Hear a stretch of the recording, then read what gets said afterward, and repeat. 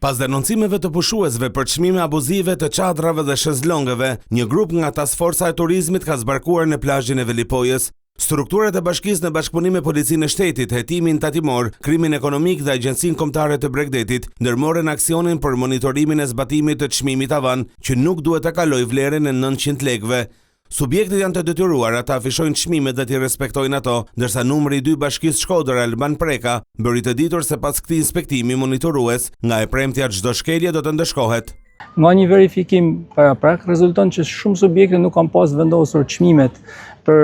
shezlone dhe çadra në plazhin e Velipojës dhe ju kërkuan në mënyrë të menjëhershme të vendosen çmimet referuese dhe